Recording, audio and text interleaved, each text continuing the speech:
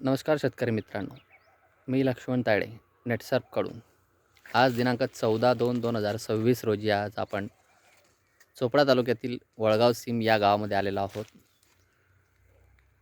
पिकाचे नाव आहे केळी. हे आपण बघू शकता आहेत. या पिकाला बरोबर 4 महिने झालेले आहेत. शेतकऱ्यांचे नाव आहे चंद्रकांत नरहर बाविस्कर.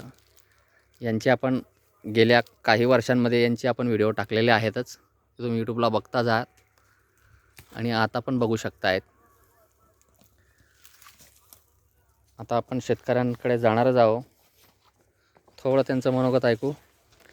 आता आपण त्यांना स्टीम, बायो, शेत, NPK, ZN आणि वॅम अशा प्रकारची औषधी दिलेली आहे.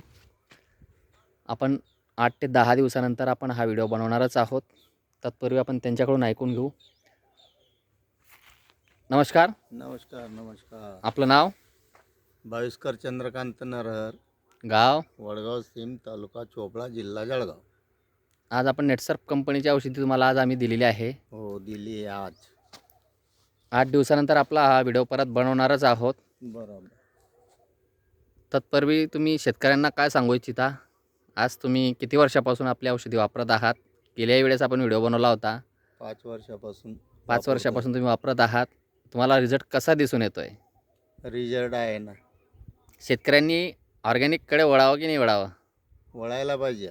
आता रासायनिक भरपूर प्रमाणात वाढत किमती चाललेल्या आहेत, महाग होत आहेत.